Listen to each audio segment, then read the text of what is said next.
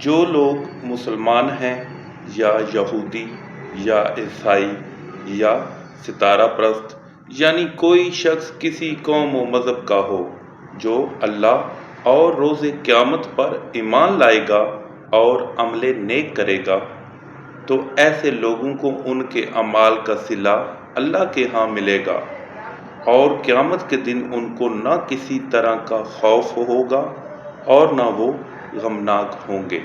اور جب ہم نے تم سے عہد کر لیا اور کوہ طور کو تم پر اٹھا کھڑا کیا اور حکم دیا کہ جو کتاب ہم نے تم کو دی ہے اس کو زور سے پکڑے رہو، اور جو اس میں لکھا ہے اسے یاد رکھو تاکہ عذاب سے محفوظ رہو، تو تم اس کے بعد عہد سے پھر گئے، اور اگر تم پر اللہ کا فضل اور اس کی مہربانی نہ ہوتی تو تم خسارے میں پڑ گئے ہوتے۔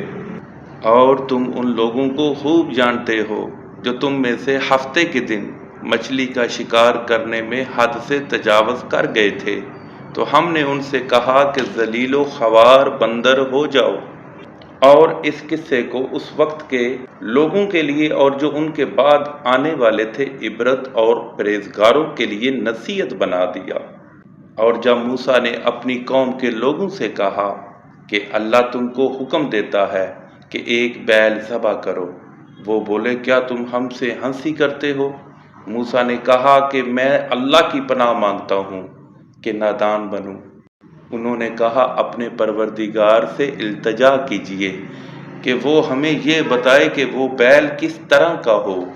موسیٰ نے کہا پروردگار فرماتا ہے کہ وہ بیل نہ تو بوڑھا ہو اور نہ بچڑا، بلکہ ان کے درمیان یعنی جوان ہو، سو جیسا تم کو حکم دیا گیا ہے ویسا کرو۔ انہوں نے کہا اپنے پروردگار سے درخواست کیجئے کہ ہم کو یہ بھی بتا دے کہ اس کا رنگ کیسا ہو۔ موسیٰ نے کہا کہ پروردگار فرماتا ہے کہ اس کا رنگ گہرا زرد ہو کہ دیکھنے والوں کے دل کو خوش کر دیتا ہو۔ انہوں نے کہا کہ اب کے پروردگار سے پھر درخواست کیجئے کہ ہم کو بتا دے کہ وہ اور کس کس طرح کا ہو، کیونکہ بہت سے بیل ہمیں ایک دوسرے کے مشابہ معلوم ہوتے ہیں۔ پھر اللہ نے چاہا تو ہمیں ٹھیک بات معلوم ہو جائے گی۔